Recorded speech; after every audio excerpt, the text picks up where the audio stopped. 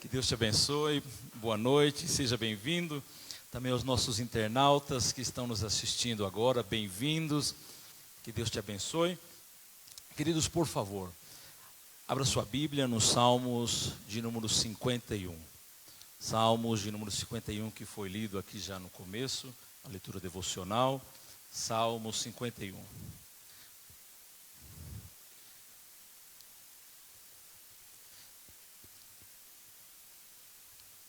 Vamos fazer a leitura uma vez mais. Eu vou ler aqui, você acompanhe, por favor. Pode sentar-se, pode sentar-se. Por favor, nós já fizemos a leitura devocional, oficial. Eu vou repetir a leitura para que possamos fixar esse texto. E logo após a leitura, eu quero pedir, por favor, não feche a sua Bíblia. Se você está usando o celular, mantenha ligado, mantenha a Bíblia aberta. Nós vamos estar vendo os versículos desse texto bíblico, amém? Por favor, eu vou fazer a leitura que acompanhe. O título disse assim: ao mestre de canto, Salmo de Davi, quando o profeta Natã veio ter com ele, depois de haver ele possuído Batseba. O verso 1 diz assim: compadece-te de mim, ó Deus, segundo a tua benignidade, e segundo a multidão das tuas misericórdias, apaga as minhas transgressões, lava-me completamente da minha iniquidade, purifica-me do meu pecado, pois eu conheço as minhas transgressões, e o meu pecado está sempre diante de mim. Pequei contra ti somente, e fiz o que é mal perante os teus olhos, de maneira que serás justo, tido por justo no teu falar, e puro no teu julgar. Eu nasci na iniquidade, e em pecado me concebeu minha mãe. Eis que te comprazes na verdade, no íntimo e no recôndito me fazes conhecer a sabedoria. Purifica-me com esopo, e ficarei limpo. Lava-me e ficarei mais alvo que a neve. Faz-me ouvir júbilo e alegria, para que exultem os ossos que esmagaste. Esconde o rosto dos meus pecados, e apaga todas as minhas iniquidades. Cria em mim, ó Deus, um coração puro, e renova dentro de mim um espírito inabalável. Não me repulses da tua presença, nem me retires o teu santo espírito. Restitui-me a alegria da tua salvação, e sustenta-me com um espírito voluntário. Então ensinarei aos transgressores os teus caminhos, e os pecadores se converterão a ti. Livra-me dos crimes de sangue, ó Deus, Deus da minha salvação, e a minha língua exultará a tua justiça. Abre, Senhor, os meus lábios, e a minha boca manifestará os teus louvores. Pois não te comprazes em sacrifícios, do contrário eu os daria, e não te agradas de holocaustos. Sacrifícios agradáveis a Deus são um espírito quebrantado. Coração compungido e contrito não o desprezarás, ó Deus. Faze bem a Sião, segundo a tua boa vontade. Edifica os muros de Jerusalém. Então te agradarás dos sacrifícios de justiça, dos holocaustos e das ofertas queimadas. E sobre o teu altar se oferecerão novilhos, palavra do Senhor. Quantos dizem amém? Sabe que é interessante, porque o tema que eu escolhi para tratar do Salmo 51 é esse: anatomia do arrependimento restaurador. Esse tema. E poucas obras literárias tocam tão fundo o coração como os livros dos Salmos. Dividido em 5 livros, 150 hinos. Não dissemos capítulo 1, capítulo 2, não dissemos. Sempre dissemos Salmo 1, Salmos 2, porque são hinos de louvores a Deus. Um teólogo, um grande homem de Deus, que viveu em Genebra, na Suíça, um grande reformador chamado João Calvino, ele, de forma brilhante, ele chamou o livro dos Salmos, esses salmos contidos aqui. Olha o título, a descrição que Calvino dá para o livro de Salmos. Ele chamou de uma anatomia de todas as partes da alma, pois refletem cada sentimento que experimentamos. O que significa isso? Nos livros dos Salmos, você vai encontrar salmos que tratam de solidão, trata de opressão. Você vai encontrar salmos que tratam de alegria e de tristeza. Você vai encontrar salmos que vai falar da ira e do amor. Você vai encontrar em salmos que falam de abandono e de bondade. Você também vai encontrar salmos que vai confrontar a maldade do coração humano. Você vai encontrar salmos que vai falar de incertezas, de dúvidas e até de depressão. E você vai encontrar salmos preciosos como esse que nós lemos agora, que vai falar sobre o poder do perdão. Essas orações do livro de Salmos são nascidas de experiências que podem inflamar o nosso coração, que são como pequenas doses terapêuticas de santificação para a nossa alma, e que vai trazer tanto tristeza pelo pecado, como vai trazer um desejo ardente de buscar ao Senhor.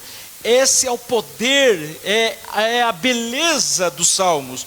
Um exemplo maravilhoso dessa jornada é o Salmo 51 que nós lemos aqui. É interessante notar que o Salmo 51, ele faz parte de um grupo chamado Salmos penitenciais. São salmos, o Salmo 6, os Salmos 32, os Salmos 38, o 102, o 130 e o 143. Pertence ao grupo dos salmos de penitência, de súplica. Se você ler esses salmos, você vai ver que Davi repete o refrão: tem misericórdia de mim, ó Deus. Senhor, tenha misericórdia de mim. Você vai ver que são salmos penitenciais, salmos de clamores. E frequentemente nós vamos ver nesses salmos palavras como arrependimento, perdão, a santidade, a bondade de Deus. E de maneira muito especial, o Salmo 51, ele trata sobre o tema de arrependimento. Olha só, eu tenho que fazer um parênteses aqui para explicar o seguinte. Dá a impressão que essa palavra arrependimento é um clichê, é uma palavra muito religiosa, que é escutada mais nos cultos, ou na missa da teologia católica romana, ou no culto protestante. Dá a impressão que essa palavra arrependimento é uma palavra exclusiva de contexto religioso. Então essas palavras, dificilmente nós vamos ver mensagens, vamos ver estudos bíblicos, ou mesmo um seminário para tratar sobre aprender a se arrepender. Por quê? Tem um pressuposto, uma ideia já inicial de que arrepender-se é fácil. Eu errei, eu peço desculpas. É fácil se arrepender. Ou seja, é como respirar. Ninguém precisa fazer um curso para aprender a respirar. É inato do ser humano a respiração. Então muitas pessoas têm a questão do arrependimento, a questão do pedir perdão, como algo como se fosse já inato, próprio. Eu errei, então será que talvez uma simples desculpa resolve tudo? Olha isso, escute por favor. Mesmo quando o erro é gravíssimo, será que pedir desculpa é o suficiente? Você já se sentiu, olha essa pergunta, você já se sentiu que esse jeito superficial, raso, de lidar com uns problemas simplesmente com desculpas, será que resolve o problema mesmo? Ou a gente percebe que mesmo depois de ter um problema e tentar buscar uma solução, me desculpa, eu errei, fica aquele vazio ainda na alma? E sabe aquele desculpa, me desculpe, que você ouve todos os dias? Tipo a pessoa fala assim, me desculpa, eu sou assim mesmo. Eu nasci assim, eu não mudo, me desculpa. Ou mais grave, ninguém é perfeito. Se você não gostar, os incomodados que se mudem. E será que um simples pedido de desculpa resolve erros graves? Será que, por exemplo, aquele marido que deixou o seu lar, deixou a sua esposa e seus filhos e foi embora, será que é o suficiente pedir desculpas? Ou aquele filho que abandonou o conselho do pai e da mãe e se envolveu no mundo das drogas, ou mesmo do tráfico, ou em outras situações? Ou aquele empregado na empresa que por um erro, ele comprometeu toda a empresa e levou à falência? Será que pedir desculpa é o suficiente? Ou até mesmo um político corrupto que de maneira desonesta rouba dos cofres públicos, prejudicando o desenvolvimento de uma nação, de um povo, de uma comunidade, pedir desculpa é o suficiente? O Salmo 51 vai deixar claro que vai deixar de lado, vai colocar de um lado toda essa superficialidade do pedir desculpa. E vai buscar aqui como numa anatomia, como uma dissecção, como algo mais específico, detalhado, sobre o tema da restauração, do perdão, do amor. O Salmo 51 ele vai destruir essa noção dessa superficialidade do ok, eu errei, ok, está tudo bem, eu não vou falhar mais. O Salmo 51 é um dos textos mais crus e honestos da Bíblia. Porque se você notar, Antes do versículo 1, eu não sei se na sua Bíblia está assim, mas as Bíblias, elas começam com uma pequena introdução antes do versículo 1, antes do verso 1. E é um verso muito cru, muito direto, que inclusive serve de crítica para os críticos da Bíblia, serve de desculpa, serve de argumento para os críticos da Bíblia, dizer que a Bíblia não é a palavra de Deus, porque, por exemplo, o Salmo 51 começa assim, na introdução, antes do verso 1, ao mestre de canto, Salmo de Davi. Que lindo, amém. Mas tem mais. Quando o profeta Natã veio ter com ele, para quê? Depois de haver ele possuído Batseba. Um minuto. Para entender esse Salmo 51, nós temos que entender o que está acontecendo aqui. Por que ele foi escrito? Eu vou ler, eu resumi aqui a história, mas eu vou desafiar que você, voltando para casa, talvez hoje ou na semana, você leia o livro de 2 Samuel, os capítulos 11 e 12. 2 Samuel, capítulo 11 e 12. Mas eu vou fazer um pequeno resumo agora, para você entender o contexto, por que foi escrito o Salmo 51, e por que é o salmo mais cru, mais honesto, e mais, vamos dizer assim, mais realista, que nós podemos tratar hoje aqui. Escute, presta atenção, olhe para cá, por favor. Olhe isso. Urias, o heteu, o soldado, o amigo de Davi. Davi era um guerreiro, se tornou rei. Um dos amigos leais de Davi. Antes de Davi ser rei, Davi reuniu homens que viviam com ele nas cavernas, fugindo do sogro, o rei Saul.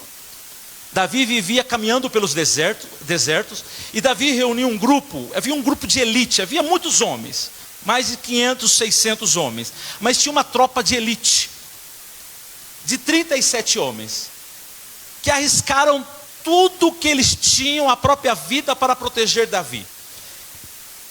Davi, nesse caso Urias, era um amigo pessoal de Davi. Era como um guarda-espada, como é que se fala em português? Um segurança, né? Um guarda-costa de Davi. Só que Davi se tornou rei, e surgiu uma guerra contra os amonitas, que eram os inimigos do povo de Israel. E Davi ficou em Jerusalém, no palácio. Davi era rei. Urias foi para a guerra, um batalhão. Quando Urias estava fora, lutando contra os amonitas, Davi estava em Jerusalém. Davi subiu na terraça. Jerusalém está construída sobre um monte, e o palácio está construído numa elevação. Então, na terraça de Davi, ele tem uma visão panorâmica, como ir ao Cristo aqui de La Concórdia, como subir ao Cristo e ver aí toda a Cochabamba. Davi tinha essa vista privilegiada de toda Jerusalém. E quando Davi sobe na terraça, ele olha para uma terraça vizinha e vê uma linda senhora banhando, se limpando, duchando, tomando banho. E é interessante esse detalhe, porque ela não estava num banho qualquer, ela estava num banho de um ritual de purificação pós-menstruação. Era costume da lei judaica, da lei mosaica, a mulher passar por um período pós-menstruação, passava por um período depois de alguns dias, e se banhava e se purificava, para que pudesse se incorporar de novo aos serviços religiosos, aos serviços do dia a dia. E Batseba, assim se chama a mulher, estava se banhando num ritual de purificação. Ela estava no seu período pós-menstrual, e ele se admirou da beleza dela, e ele mandou chamar ela, e ela veio. E ele teve relações sexuais com ela, Davi, e ela engravidou. E esse era um grande problema, porque o marido dela estava na guerra. Aí está o problema. Davi tentou então encobrir a situação. Ele, quando descobre que a mulher volta com o exame de gravidez positivo, e agora o problema está armado, porque ela é casada e Urias está na guerra. E quando a primeira situação que Davi fez foi tentou encobrir a situação. Primeiro ele chamou Urias de volta da batalha, aparentemente para ter um relatório da guerra.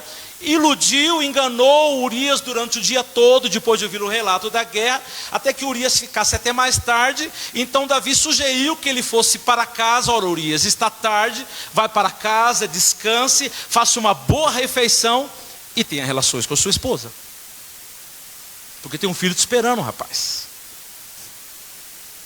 Que situação difícil. Urias disse longe, olha esse homem.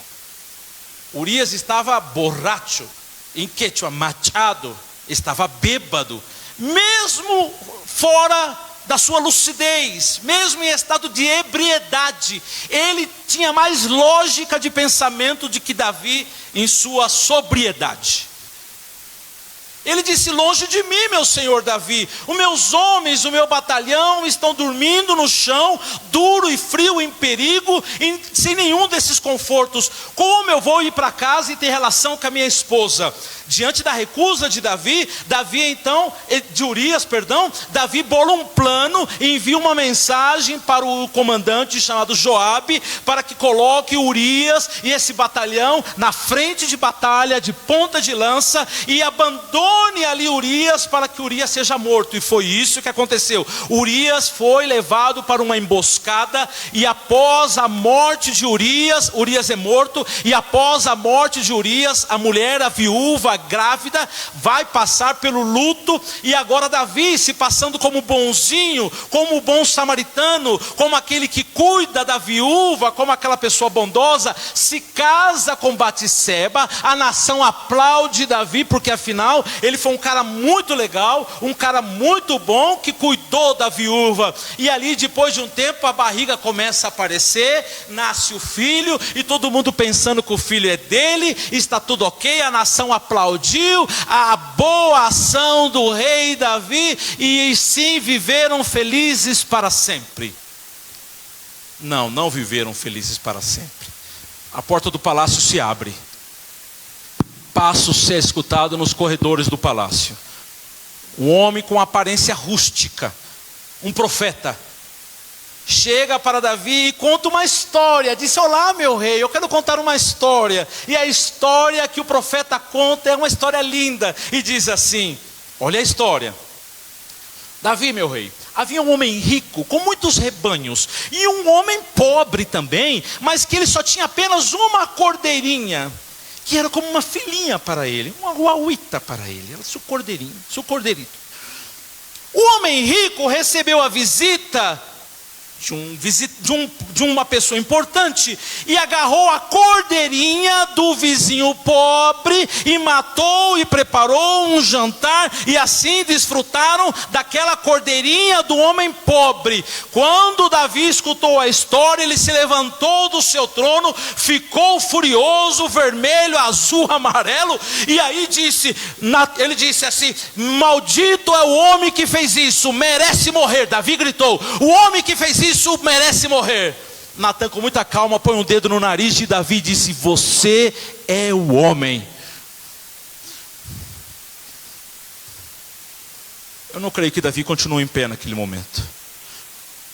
Queridos, um parênteses aqui, eu agradeço a Deus pelos Natãs na nossa vida, aqueles que nos confrontam, que põem o dedo e dizem: você está errado.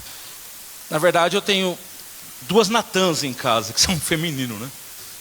Eu tenho uma Natã que eu me casei, e uma Natanzinha que está crescendo também, igualzinha a mãe.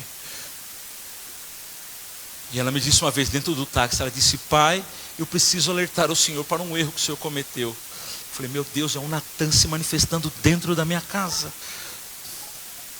Deixa eu perguntar, você tem seus Natãs também? Como é que é? Você tem pessoas que te confrontam?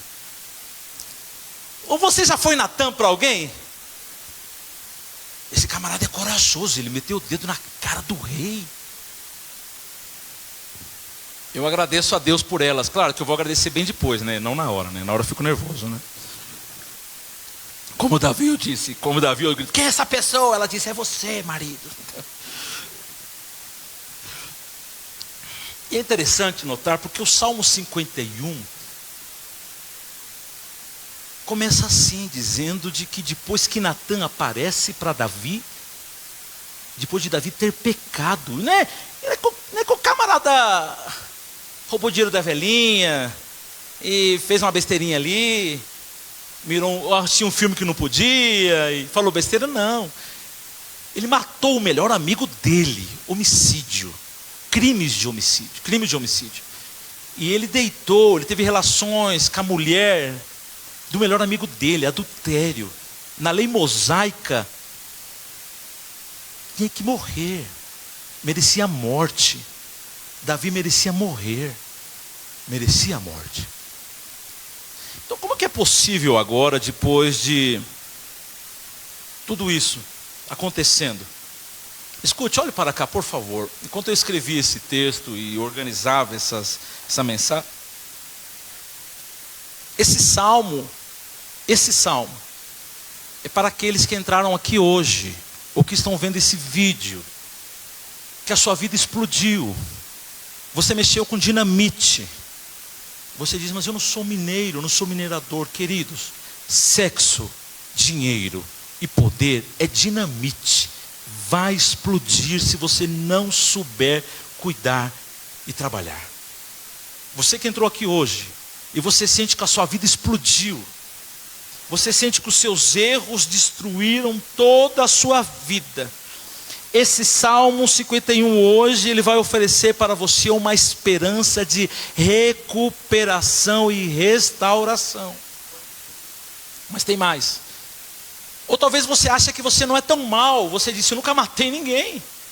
Eu nunca deitei com a mulher de ninguém. Pelo amor de Deus, pastor. Talvez você pense que você não é tão mal. Aqui vai uma advertência solene. Se Davi, querido, tão próximo de Deus, o camarada na Bíblia chama ele de um homem segundo o coração de Deus. Olhe para cá, por favor. Não se acha o bambambam não, viu? Porque se esse homem, ele tinha essa escuridão dentro dele, quem somos nós para pensar que estamos imunes a esse pecado? Querido, o pecado ele vai plantando minas e cobre, planta minas terrestres nas nossas vidas. E a verdadeira varredura, a verdadeira limpeza dessas minas que nós vamos estudar aqui, se chama arrependimento. E a terceira e última palavra que eu tenho para você que entrou aqui, que você está preso em ciclos. Você está preso em ciclos de pecado.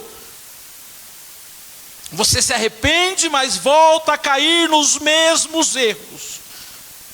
Você se arrepende, você sente o pesar do pecado, você busca o perdão de Deus, mas você volta a cair repetidamente nos mesmos erros. Essa palavra é hoje para você que está preso nos ciclos contínuos e devastadores de pecado, para que você mude permanentemente. A palavra de Deus dá o poder necessário, porque quando Jesus disse, vai e não peques mais para a mulher, Ele não está dizendo somente como um clichê religioso, uma boa ideia, uma sugestão, senão que quando ele diz vai e não peques mais, ele está dando o poder suficiente para que a pessoa vá e não peque. Pelo contrário, o arrependimento produza frutos de arrependimento. A Bíblia não diz arrependimento sobre arrependimento, arrependimento sobre arrependimento. A Bíblia diz a produzir frutos dignos, frutos que mostrem o verdadeiro arrependimento. Então essa palavra é para você que sente que explodiu. Você entrou aqui hoje, ou você está vendo esse vídeo e você sente que explodiu essa bomba, essa dinamite na sua cara, e você está tendo que lidar com os estilhaços. A sua família foi destruída, o seu lar foi destruído, a sua carreira foi destruída, os seus sonhos, a sua comunhão com Deus foi destruída. Deus tem uma palavra de libertação para você hoje. Essa é uma palavra de confissão, de arrependimento, de restauração. Não sairemos daqui da mesma maneira que entramos, pelo poder da palavra de Deus. Amém. Amém. Amém. Escute isso, por favor. Aí você diz assim, missionário, o meu arrependimento só me deixa pior. Eu fico pior depois que eu me arrependo. Então você perdeu o ponto, você não entendeu. E pela palavra de Deus nós vamos caminhar juntos. E eu quero, assim, de maneira bem breve, bem resumida, dividir essa palavra em dois pontos assim.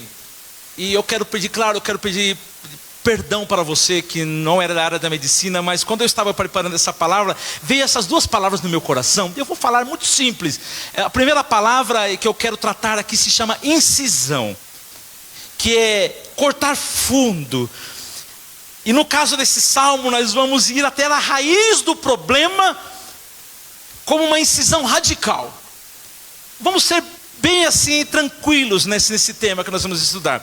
E a segunda palavra que eu quero tratar, depois de incisão, depois de ir até fundo na raiz, cortar, é a palavra remoção, que é remover. Nós vamos tratar o pecado como se fosse um câncer, um tumor, para trazer a cura através do poder transformador da palavra. Então, vamos trabalhar com essas duas ideias. Agora, aí vai a pergunta: qual é a incisão necessária, o corte necessário para alcançar a raiz desse problema? Algo que a mera desculpa não consegue alcançar. Qual é então o corte correto e quão profundo será? O primeiro ponto então é a cirurgia da alma, é cortar fundo. Uma cirurgia eficaz exige ir fundo, até a raiz do problema. O arrependimento superficial não restaura, não cura. E tem alguns passos aqui. O primeiro passo para esse corte profundo é ver o pecado como Deus vê. Ver o pecado como Deus vê. Você vai perceber no versículo 4, olha comigo o versículo 4, por favor.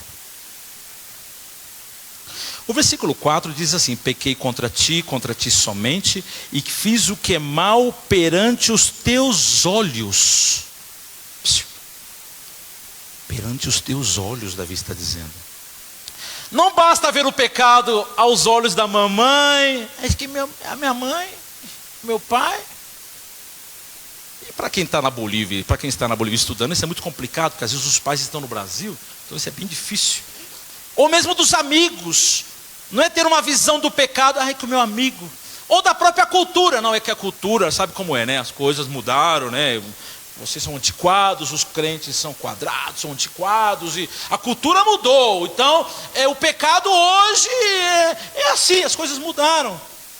Ou os meus próprios olhos, né? Não, eu penso, a pessoa peca, a pessoa comete um erro, eu cometo um pecado. Então, aí a pessoa vem, aí chega uma pessoa para me confrontar, né? Dizer: Samuel, o que aconteceu, rapaz? Eu vi você aí brigando aí com o taxista aí, quase você bateu no camarada, o que está acontecendo? Falou: não, pera um pouquinho, ele me roubou. Era 10 a carreira, o cara me cobrou 15, eu tinha razão. Eu começo a me justificar aos meus próprios olhos de que eu estava bem. Ou seja, para mim aquilo era normal, eu estava justificando.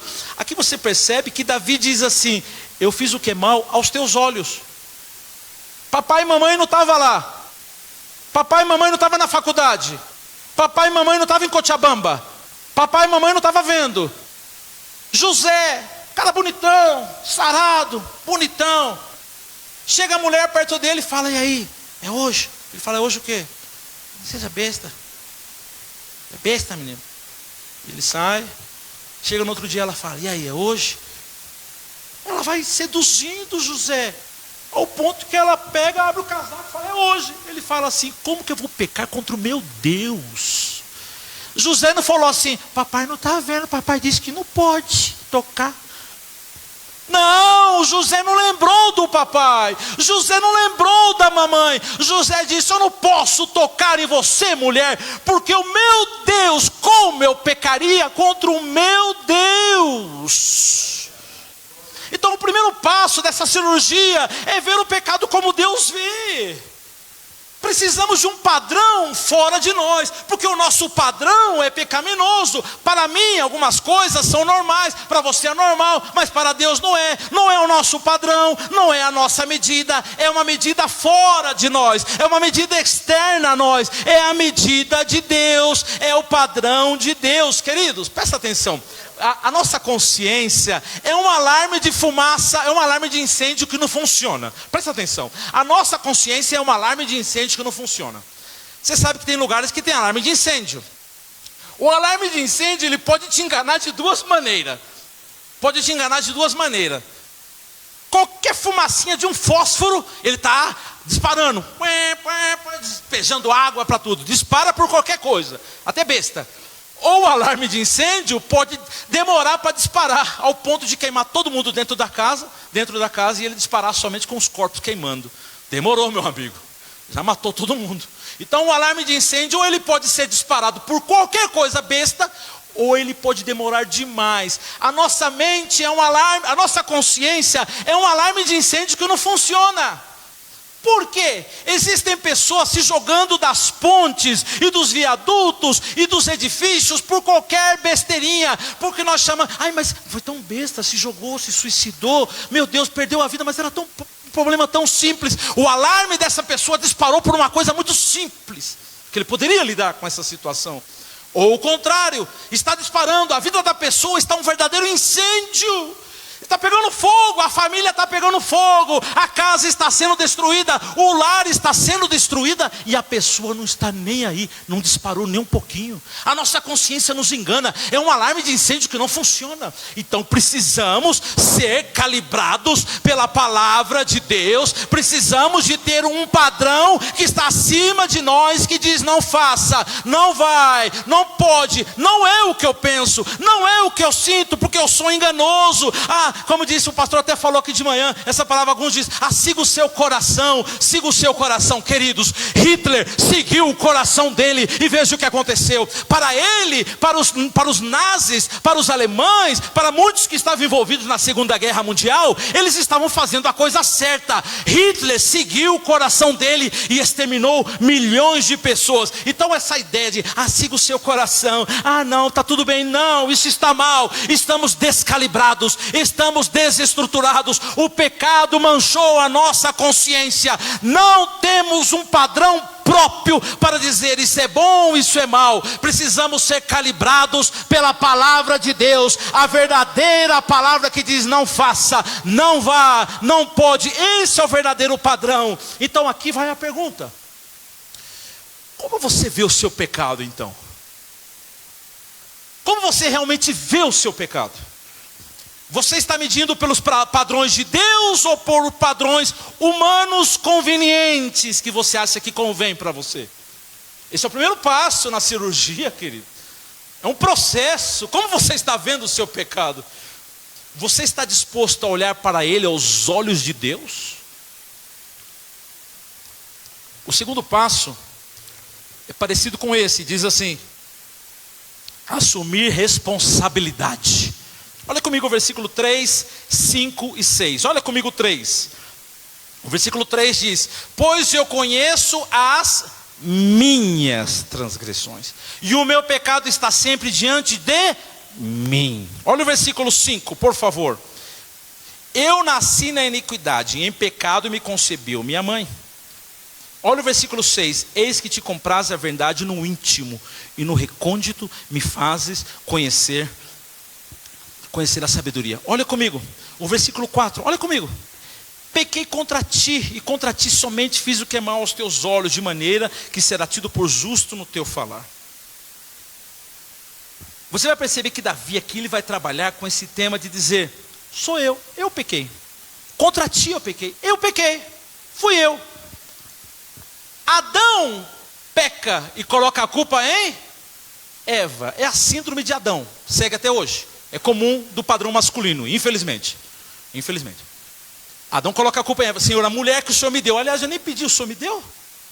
Então foi ela. Deus fala: Eva, o que você fez, menina? Ela vai falar: eu não, foi a serpente.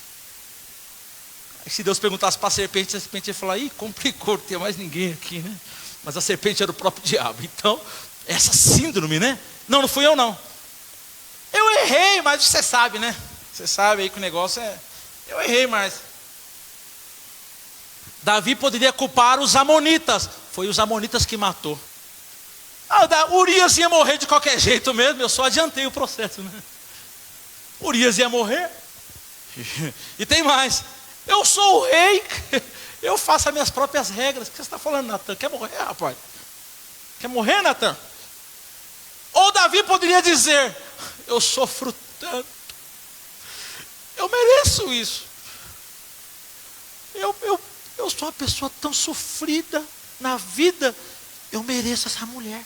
Ou pior, Davi poderia culpar a vítima. Urias não satisfazia ela, eu era melhor homem do que Urias. Ou no casamento, né? Eu não sou bom marido porque ela não é boa esposa. Eu não sou bom pai porque ela é menino trabalhoso, terrível. O segundo passo é assumir a responsabilidade. Davi diz: meu pecado, minha culpa. Faz alguns anos eu escutei algumas mensagens, algumas pessoas que diziam assim: não, é que você não pode dizer que é seu. Eu estou com, assim, fala assim, eu tenho um problema. Não, não fala isso, não decreta, cuidado com o que você está falando. Não, é que eu estou com um problema muito sério, eu tenho. Não, você não pode dizer que você tem. Eu escutei muito isso durante alguns anos. Não, você não pode dizer isso, porque você está decretando maldição na sua vida. Não, isso não te pertence. Pertence sim. Davi disse: é meu pecado, é minha culpa, é minha transgressão. Fui eu que fui para a cama com ela, eu quis pecar e acabou o assunto. E eu fiz porque eu queria. É minha transgressão, é minha iniquidade e o meu pecado.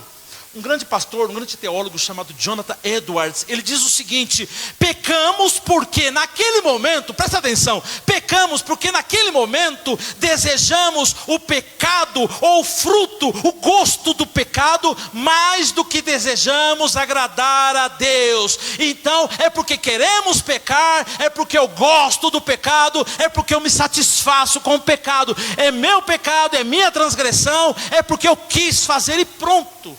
Então essa desculpa que as pessoas dão assim: eu menti porque eu ia perder o emprego, né? Mentira. Você queria mais dinheiro, você queria ter segurança, você preferiu matar o seu companheiro de trabalho ali no serviço do que preferir a honestidade e preferir a Deus. Você quis pecar. Aí é que vai a pergunta: para quem você está transferindo a sua culpa então? A culpa do seu pecado, a culpa dos seus erros, para quem que você está transferindo?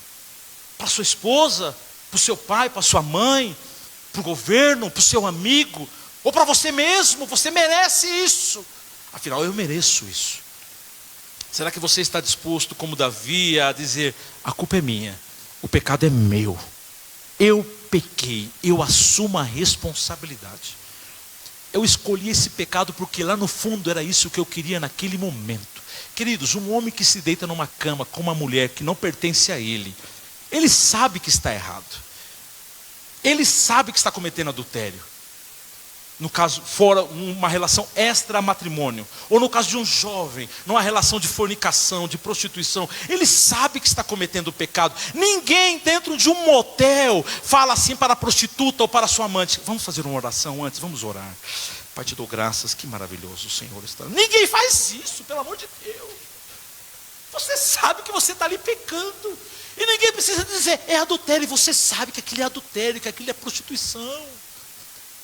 Então é hora de assumir o pecado. Você já percebeu que quando nós pecamos com a maior cara de pau. E quando nós vamos pedir perdão: Senhor, o Senhor conhece todas as coisas.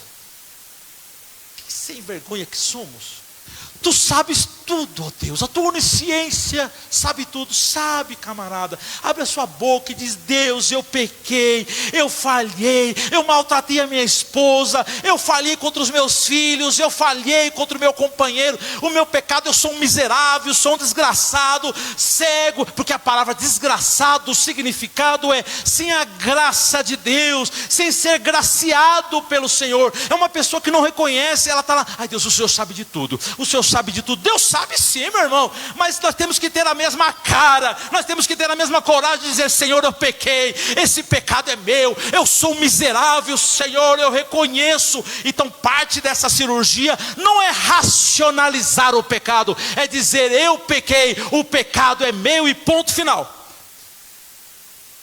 Então, uau, após confrontar com toda essa devastação, essa desgraça, essa relação do pecado, precisamos de um poder, precisamos de uma remoção para restaurar a nossa vida, porque os nossos esforços são insuficientes. Os nossos esforços são insuficientes. Você peca, pede perdão. Peca, pede perdão, te deixa miserável, você se sente pior. Aí você vai, melhora, depois de um tempo você vai, peca. É insuficiente, somos insuficientes. Então agora, o terceiro passo é um passo muito especial. Depois de ver como Deus vê e depois de assumir a responsabilidade, nós temos que lamentar e odiar o pecado. Lamentar e odiar o pecado. Você percebe que aqui Davi ele vai dizer no versículo 4: pequei contra ti somente. Não é lamentar assim, não é ficar assim, ih, caramba, Deus vai me castigar agora. Ixi, Deus vai me castigar, vou tirar a nota mal. Isso, essa nota do exame eu sabia, castigo. Aí tira má nota no exame, na parcial, né? Ou tem problema na empresa, né? E eu sabia, castigo de Deus. Fica com aquele medo, né? Com aquele medo, estudou. Aí na hora esqueceu as respostas e coloca a culpa no pecado. É que, puxa, eu pequei, Deus está me castigando, então... Querido, isso é autopiedade, viu? Isso é autopiedade. É autopiedade. É como aquele marido, né? Que só muda sobre ameaça. Só se a polícia for lá e der uma coça no camarada, aí ele muda. Aí passou, ele volta a ser violento de novo. Não mudou. É igual aquele bandido que está preso, aí o repórter vai lá e fala assim para ele: e aí, você está arrependido? Eu estou tão arrependido do que eu fiz.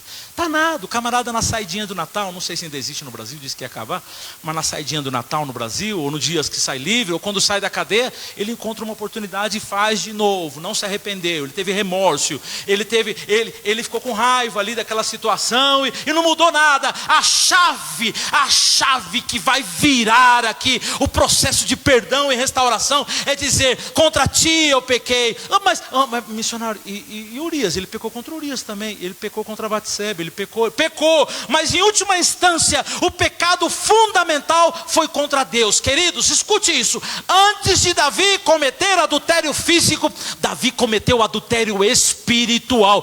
Missionário, o que é isso? Que loucura é essa? Queridos, quando eu falo adultério espiritual, é abandonar o Deus do nosso amor, é abandonar o nosso amado, a nossa devoção a esse amado Senhor, e se involucrar e estar metido em outras coisas, buscar outros abraços, outros braços, outros amores, seja em bilhetes, seja em sexo, seja em poder, seja na bebida, seja onde for. É deixar o amado da nossa alma e se envolver com outras coisas. Isso é adultério espiritual. É abandonar o coração amoroso de Deus, que Ele feriu, que Ele manchou. Então, antes de Davi cometer o adultério físico, Davi pecou contra o Senhor. Porque se você vai ver aqui o texto bíblico, tem um versículo aqui muito especial que diz assim: devolve-me, dá de novo a alegria da salvação, me devolve a alegria da tua salvação. Aí as pessoas pensam: ele perdeu essa alegria porque ele pecou. Ok, está bem, mas também antes de pecar, Davi poderia ter perdido a alegria de Deus, o prazer de Deus, a alegria da comunhão com Deus. Ele perdeu essa alegria, e o vazio do coração de Davi foi tentar satisfazer em cima de uma cama. Ele perdeu a alegria. Então, agora essa cura que nós necessitamos, esse novo coração, esse espírito firme que Davi vai falar no versículo 10, ele vai falar: me dá um espírito, renova em mim, um espírito inabalável. Davi está reconhecendo. Davi não pede para Deus reformar o coração dele. Davi fala: me dá um coração novo, me dá um coração puro. Eu estou mal, não preciso de um chapeado, não preciso de uma funilaria, eu preciso mudar o coração. Aí agora aqui vem a chave, e nós vamos caminhar para a conclusão com esse ponto agora. E o último ponto: depois de ver o pecado como Deus vê, assumir a responsabilidade, depois de reconhecer que o erro foi contra o Senhor, a cura nesse processo de remover esse tumor. Primeiro foi incisão, agora remoção. O processo de remover esse tumor agora é o poder restaurador do amor infalível de Deus. Eu preciso que você preste muita atenção, por favor. Eu preciso que você preste muita atenção. Preciso que você preste muita atenção. Esse é o ponto-chave da pregação.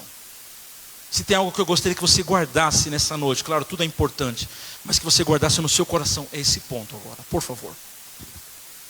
Davi, depois de cometer o seu pecado, ele não começa o Salmo, põe para nós na tela o Salmo 51, verso 1, por favor. Você vai perceber que Davi não começa o Salmo na sua própria miséria. eu sou assim mesmo, eu pequei, Urias, a mulher era bonita. Não. Mas ele começa o salmo mostrando o caráter de Deus. O caráter de Deus, ou seja, quem Deus é.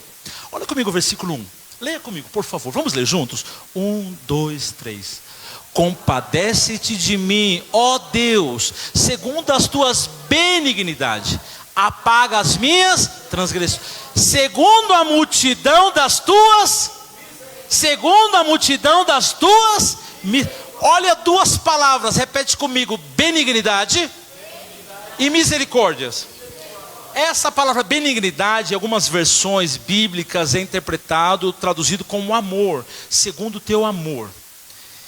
E a palavra usada aqui, você sabe que o Antigo Testamento não foi escrito em castelhano, nem em português, foi escrito em hebreu, com partes de arameu, e depois foi traduzido até chegar hoje até nós.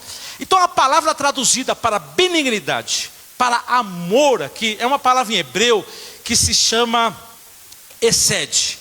H-E-S-E-D, hesed. O significado dessa palavra benignidade, ou seja, significa amor infalível. Repete comigo: amor infalível. Aqui está a chave, presta atenção. Entender esse amor infalível de Deus foi que girou a chave de Davi, para que ele saísse do ciclo do pecado, para que ele fosse liberto do pecado. Escute isso. O que não é esse amor? Primeiro eu vou começar falando o que não é, né? O que não é. Vamos começar pelo negativo. O que não é esse amor de Deus? O que não é? Não é um sentimento passageiro. Não é isso. Segundo, não depende do nosso merecimento. O que Davi merecia depois de ter matado o camarada e deitado com a mulher? O que ele merecia? Morrer, pois. Ele não merecia nada. Então o amor que nós vamos ver manifesto aqui agora não é por merecimento. Não é por merecimento, porque ele merecia morte. Tem mais. Então o que é? Essa palavra hesed é o amor da aliança de Deus com o povo de Israel. É o amor que está ligado ao compromisso que Deus tem com o povo de Israel. É o amor do pacto, por isso que se chama Antigo Testamento e Novo Testamento. Porque no Antigo Pacto Deus fez um pacto com a nação de Israel de amar incondicionalmente. Em outras palavras, sem condições. Ainda que o povo de Israel viesse a pecar, viesse a se desviar, que foi infelizmente o que aconteceu, né? Deus continuaria ligado, atado ao seu pacto, porque é o amor da aliança de Deus. Tem mais, presta atenção. É um amor leal e fiel. Deus permanecendo fiel ao seu compromisso de amar ainda quando somos infiéis. Eu sei que isso às vezes dá um bug, né, na mente da gente. Fala, peraí, quer dizer que se eu for infiel e Deus me continua amando? Sim. Escute um pouco mais. Não termina aí. É um amor sob juramento, um compromisso que Deus fez de amar independente das circunstâncias. Deus jurou amar. É um amor infalível, inquebrantável, permanente, consistente, duradouro, que não desiste. Uau! Que amor é esse? Você fala, eu nunca conheci isso na minha vida. Querido, isso não é coisa de humano, não. Deus não é homem, não. Isso não é coisa de humano, não. É o amor de Deus, é assim. Tem um salmo muito interessante, eu não vou ler ele agora, mas se você ver o Salmo 136... O Salmo 136 é a expressão desse amor de Deus. São 26 versículos dizendo, o Salmo 136. Rendei graças ao Senhor porque é bom, porque a sua misericórdia dura para sempre. Rendei graças ao Deus dos deuses, porque a sua misericórdia dura para sempre. Rendei graças ao Senhor dos senhores, porque a sua misericórdia dura para sempre. 26 vezes o Salmo 136 repete, porque a sua misericórdia dura para sempre, porque a sua misericórdia dura para sempre, porque a sua misericórdia dura para sempre, porque a sua misericórdia dura para sempre. Ou seja, o seu excede, o seu amor infalível dura para sempre. Deus não pode romper o próprio pacto que Ele fez. Por isso que a Bíblia diz que não devemos jurar nem pelo céu, nem pela terra. Não devemos jurar pelo céu, porque é o trono do nosso Senhor. Ninguém pode jurar pelo nome de Deus, porque Ele jura pelo próprio nome dEle, dizendo: o meu amor é infalível, o meu amor é inquebrantável, o meu amor dura para sempre, o meu amor dura para sempre. Agora Davi pecou, matou, adulterou. Davi não olha para a autopiedade dele, Davi não olha para o problema de Urias, Davi não olha para o problema da infidelidade, dos hormônios, do testosterona dele. Davi olha para o caráter, para o amor infalível de Deus, e Davi olha para esse caráter gracioso. Agora Davi não vai ser esmagado pelo pecado dele. Davi vai entender que ele vai expor a raiz do pecado, essa metáfora desse adultério. Davi vai reconhecer que ele pecou contra o Deus que ama ele tanto. Deus tirou Davi lá das ovelhas, era o menor da família, exaltou Davi, abençoou Davi, colocou no trono, deu honras, deu poderes para Davi. E Davi pecou contra o Deus do amor dele, contra o amado dele, contra o querido, o apaixonado Senhor dele. Davi se esqueceu do amor de Deus. Davi deixou de se maravilhar com o amor de Deus e foi buscar nos braços de uma mulher o amor que ele abandonou do Senhor. Os braços de Batseba, a cama quente com Batseba, não era o suficiente para substituir o amor infalível, a satisfação fora de Deus. Davi se esqueceu, abandonou o seu Senhor.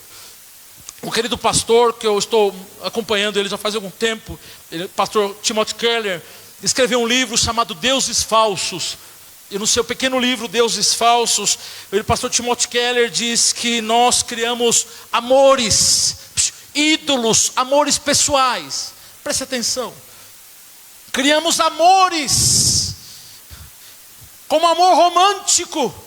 Buscamos na esposa o que ela não pode dar, porque ela também precisa de Deus. E buscamos nela um amor, buscamos nela uma satisfação, buscamos no amor romântico uma resposta que somente Deus pode dar. Por isso que existem matrimônios opressivos, porque quando a mulher não corresponde aos anelos, aos desejos do homem, seja sexuais, sentimentais, emocionais, o homem oprime a mulher é oprimida. A mesma coisa é o homem, a mulher vazia. Uma grande mulher muito bonita nos Estados Unidos, lendo esse livro, ele explica que Sally, era o nome dela Sally, era uma mulher muito bonita que desde a infância ela se destacou por sua beleza, e no final ela dizia que a saciedade dos braços dos homens era como um álcool para ela. Ela se sentia satisfeita nos braços dos homens, assim como o álcool satisfazia ela. Ela estava viciada nos braços de outras pessoas, porque para essas pessoas o amor romântico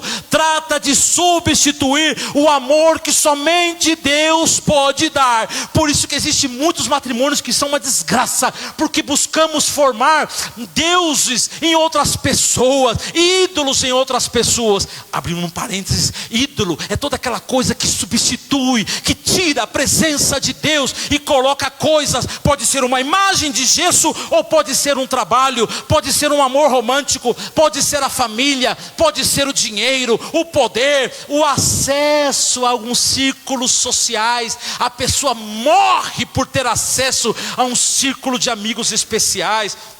A saúde, ser fitness, a beleza física, o que era para ser agradável, para cuidar da saúde, se torna um ídolo, se torna um Deus.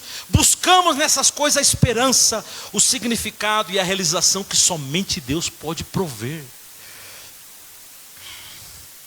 Por isso que a confissão de Davi é essa, escute isso: eu pequei, porque eu esqueci o teu amor infalível e busquei satisfação em outro lugar. Eu esqueci o teu amor e fui buscar satisfação em outro lugar.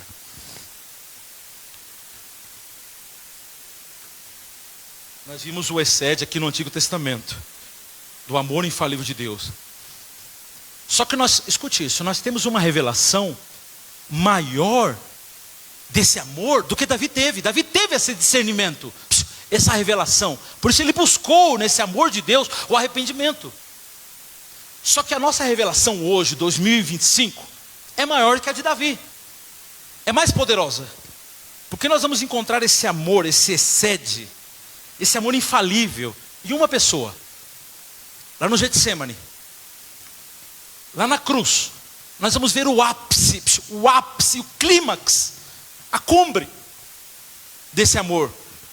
Deus Pai, fiel à sua aliança, inquebrantável conosco, derrama sobre o seu filho a ira que o pecado de Davi merecia e que os nossos pecados merecem. Queridos, o sim de Jesus no Getsemane, dizer sim, Pai, eu vou ir à cruz, é a demonstração máxima desse amor infalível, desse excede. Então agora, nós temos uma revelação maior do que a de Davi. Davi se ancorou, presta atenção, Davi se ancorou nesse amor de Deus para a sua restauração. E nós hoje, o nosso amor infalível é uma pessoa, é um homem que veio ao mundo, que se entregou por nós. Porque o padrão mudou, o padrão subiu o nível. No Antigo Testamento, cometer adultério com uma mulher era passível de morte. No Novo Testamento, o padrão de Jesus é: se olhar para uma mulher com pensamentos impuros, já cometeu adultério. No Antigo Testamento, o padrão não mudou, mas foi alterado para o Novo. Olha, foi elevado o nível. No Antigo Testamento, você matar uma pessoa, você era dente por dente, sangue por sangue, olho por olho. Código de Hammurabi, que depois vem na lei judaica também. No Antigo Testamento, matou, merece morrer. Mas no Novo Testamento, Jesus disse: se você olhar para uma pessoa e odiar ela no seu coração, você já cometeu assassinato contra essa pessoa. Então nós somos passíveis de muito maior castigo. Nós somos passíveis de um castigo muito maior do que o de Davi. Mas também nós somos beneficiários, abençoados pelo amor infalível de Deus na pessoa de Jesus Cristo. Eu vou falar algo aqui que vai ficar gravado no seu coração como fogo. Escute isso. Lá na cruz, quando Cristo estende os seus braços, Ele morreu pelos pecados daqueles que Deus está salvando, vai salvar, e já foram salvos. E Jesus morre pelos pecados que nós cometemos no passado, que nós estamos cometendo e ainda que nós vamos cometer no futuro. É impressionante isso. Isso não é liberdade para pecar não, queridos. Isso não é liberdade para cometer pecados não. Pelo contrário, isso gera temor no nosso coração, porque ali está o Filho do próprio Deus, morrendo em nosso lugar. O excede de Deus, o amor infalível de Deus. Queridos, se presta atenção. Esse amor infalível de Deus nos permite odiar o pecado e não a nós. Porque nós fomos alvo de um tão grande amor. Então não é que você tem baixa autoestima. Eu me odeio, eu não gosto de mim, eu me odeio. Não, para com isso, em nome de Jesus. É para você odiar o pecado, é para você odiar essa maldade, essa coisa horrível que domina a sua mente. É para que você odeie o pecado, porque você é alvo do amor de Deus. Esse amor que liberta o nosso interior, ao ponto de olhar para a cruz e dizer: ó Cristo, que beleza é tão grande como a tua beleza.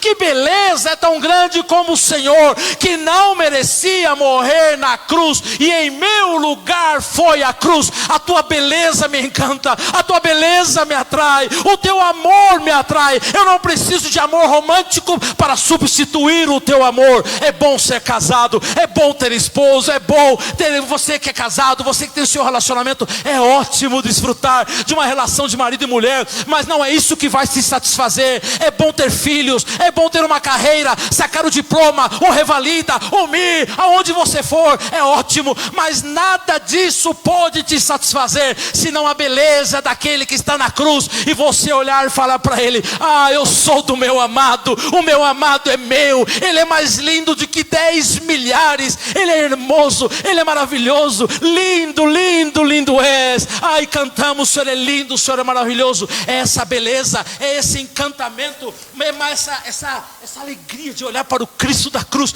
e se admirar com ele, de ver ali o nosso Senhor sendo morto pelo meu e pelo seu pecado. É esse amor. Então quando você for pecar, olhe para Cristo. Quando você for pecar, não tem mamãe, não tem papai. Quando você abrir o computador e querer abrir uma página anônima, uma ventana privada para ver o que não deve ver, lembre-se do seu Cristo, lembre-se do seu Cristo. É o amor dele que vai te livrar desse ciclo vicioso de pecado. Não é porque você, aí eu vou agradar meu pai, eu tenho que me santificar, essa semana é Santa Ceia, aí eu vou tocar, eu vou cantar, eu vou pregar, ok, é lindo tudo isso, mas isso não basta, isso não basta. O que basta para evitar o ciclo repetitivo do pecado é olhar o amor tão grande que Davi olhou, e Davi não viu a Cristo, Davi viu a Deus, mas agora nós podemos olhar e ver o próprio Cristo, o Senhor Jesus, morrendo em nosso lugar. Ele é o amado de Deus, ele é o amor infalível, ele é o amor infalível. Eu quero orar com você, porque esse salmo tocou o meu coração. É um salmo preferido que eu tenho, porque eu me sinto muito pecador aos olhos desse Deus que vê todas as coisas. E eu quero orar junto com você. Vamos ficar em pé em nome de Jesus.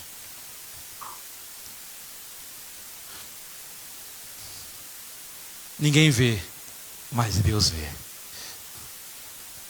Você vai contemplar a Cristo hoje, o Cristo ressuscitado, o Cristo lindo.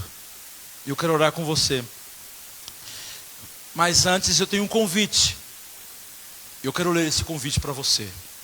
E o convite diz assim: abandone o ciclo frustrante. Abandone o ciclo frustrante de arrependimento. Volte-se para o amor de Deus. Deixe que seu amor infalível lhe dê segurança para confessar. Querido, revele a raiz do seu pecado. Esse amor infalível vai derreter o seu coração, trazendo verdadeira restauração e mudança. O arrependimento não é uma fórmula mágica para evitar toda dor. E escute isso, é muito importante o que eu escrevi aqui, que tocou muito o meu coração. A graça perdoa e restaura, mas nem sempre apaga as consequências aqui na terra. Depois desse pecado, a família de Davi se tornou uma desgraça. A filha Tamar foi abusada pelo meio-irmão dela. Absalão foi morto. Aminon foi morto. A família de Davi permaneceu marcada por dor e conflito. E com toda essa consequência, Deus é soberano. Deus não descartou Davi.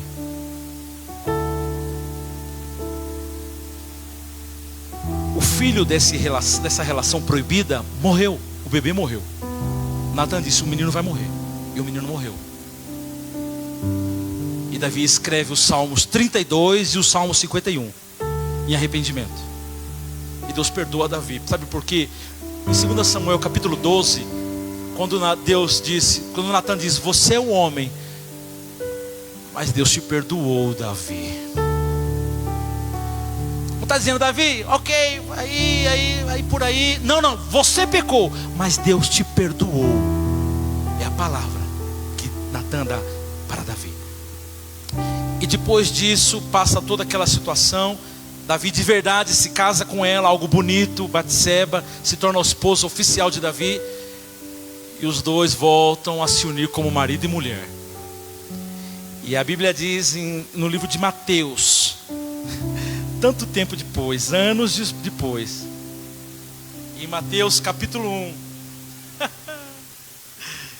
que assustador, que impressionante esse perdão. Em Mateus capítulo 1, versículo 6 diz assim: Jessé gerou ao rei. É uma lista da família do Senhor Jesus. da descendência. Jessé gerou ao rei Davi, e o rei Davi a Salomão. De quem? Da que for a mulher de Urias. Não está escrito Batseba aqui. O versículo 6 está dizendo: Davi gerou a Salomão daquela que foi mulher de Urias. Ficou a mancha na vida dele. Ficou. E Deus não. O plano de Deus era trazer a descendência de Jesus por meio de Salomão. Então, Salomão não é o plano B. O plano de Deus é o plano A. Então agora, aqui nessa mensagem está a resposta. Por que Batseba, mulher de Urias? Não tem nem nome ela que diz: gerou Salomão daquela que foi mulher de Urias. Agora entendemos o porquê Davi e ela, a mulher de Urias, aparece na genealogia do nosso Senhor Jesus Cristo. É porque ele foi perdoado. É porque ela foi perdoada. Ela foi perdoada. O primeiro filho morreu, mas Deus viu a sinceridade do coração arrependido dela e dele, e agora nasce Salomão, e é de Salomão que vai vir o nosso Senhor Jesus Cristo. Por isso que Jesus é chamado filho de Davi, veio da linhagem de Salomão. E a palavra é essa: assim como não existe pecado tão pequeno que não mereça a justa condenação de Deus, também não existe pecado tão grande que a graça de Deus em Jesus Cristo não possa cobrir, perdoar, restaurar completamente aquele que verdadeiramente se arrepende. Assim como não existe pecado pequeno demais que não mereça culpa, também não existe pecado grande demais que não possa ser alcançado pela graça de Deus. É a graça do perdão, é a graça do perdão. Hoje é noite de restauração, é noite de perdão, é noite de romper ciclos repetitivos de pecado, é noite de libertação do seu pecado. Ancore-se, abrace, corra para os braços de Cristo. Lá está a sua liberação do seu pecado. Quando você se apartar dele, você adulterar contra ele, você abandonar ele, então você vai cometer toda sorte de pecado. Mas quando você correr para ele, a graça estará lá, o amor estará lá. E por isso que nós cantamos no coro: eu sou livre. Essa mesma nota, pastor. Eu sou livre. Nada além do sangue. É Ele, de Jesus. Nos ajude, Radassa. Somos livres. Eu sou livre. A nossa liberdade está nesse amor, está nesse Cristo.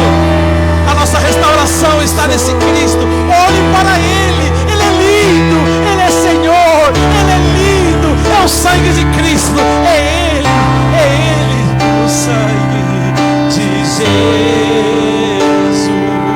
Eu sou livre.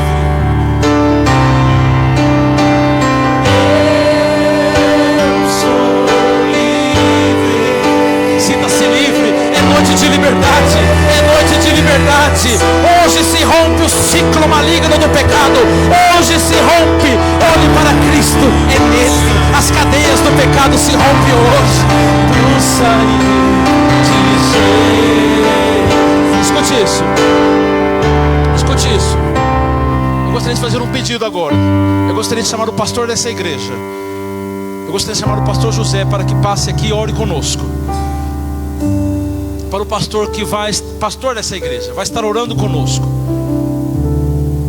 Por favor, pastor, vem aqui. Eu preciso também dessa oração. Precisamos.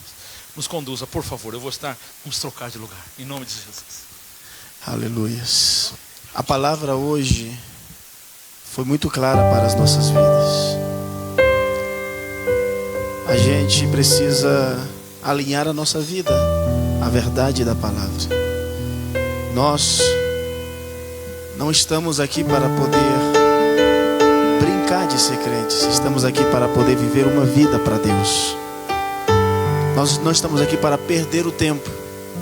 Estamos aqui para poder dizer: Senhor, Tu és o dono da minha vida, e o que Tu determinar, Tu faz. Aleluias. Aleluias. Aleluias. O Espírito Santo de Deus é aquele que sonda os nossos corações. É aquele que convence de pecado, justiça e juízo. E hoje foi muito clara a palavra, muito clara para as nossas vidas. Se você precisa se arrepender, se você precisa voltar ao primeiro amor, se você precisa poder deixar que o Espírito Santo faça obra e Ele possa agir conforme a sua vontade, deixa Ele trabalhar. Deixa Ele trabalhar na sua vida. Deixa Ele fazer conforme o que Ele quer fazer. Inclina a sua cabeça onde você está. Senhor, Deus,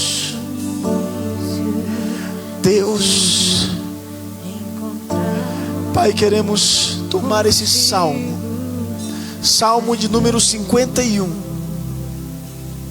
onde vemos o teu servo, aquele que foi chamado, Senhor amado, aquele homem segundo o teu coração, dizendo: eu pequei. E Senhor, eu quero descansar não na minha justiça, não na minha força de vontade. Senhor, eu quero descansar não no que eu consiga fazer para me afastar desse pecado. Senhor, eu não quero simplesmente ser arrogante e dizer: é a minha vida, eu faço o que eu quero. Deus, Senhor amado, nos livra disso. Deus, nos ajuda a poder entender e descansar nas tuas misericórdias.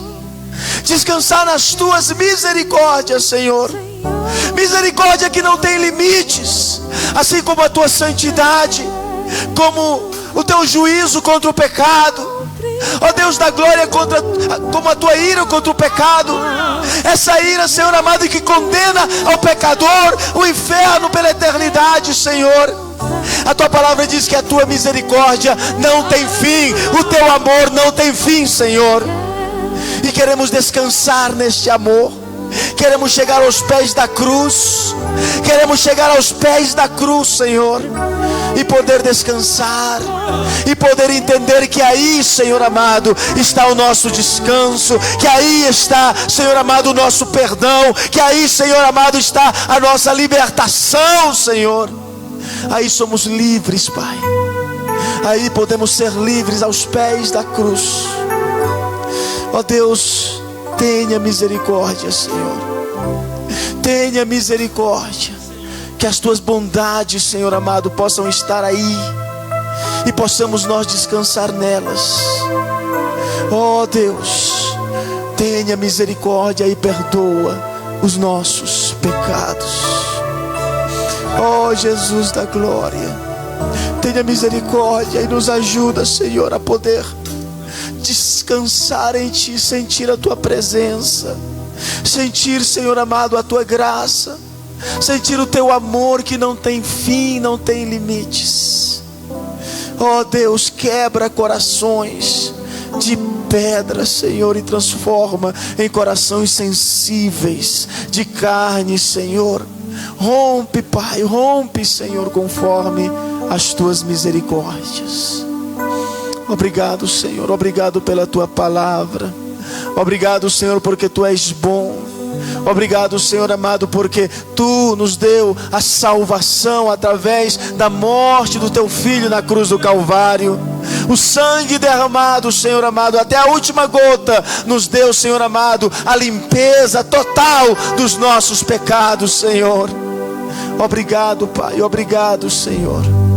Obrigado, meu Deus. É o que te pedimos no nome de Jesus.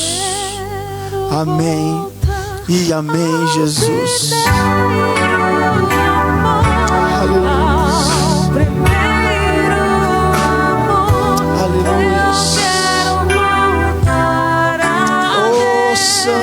Santo, santo és tu, Jesus. Glórias. Aleluia, Jesus. Glórias a ti, meu Deus. Aleluia, Jesus. Deus da glória. Aleluia, Senhor.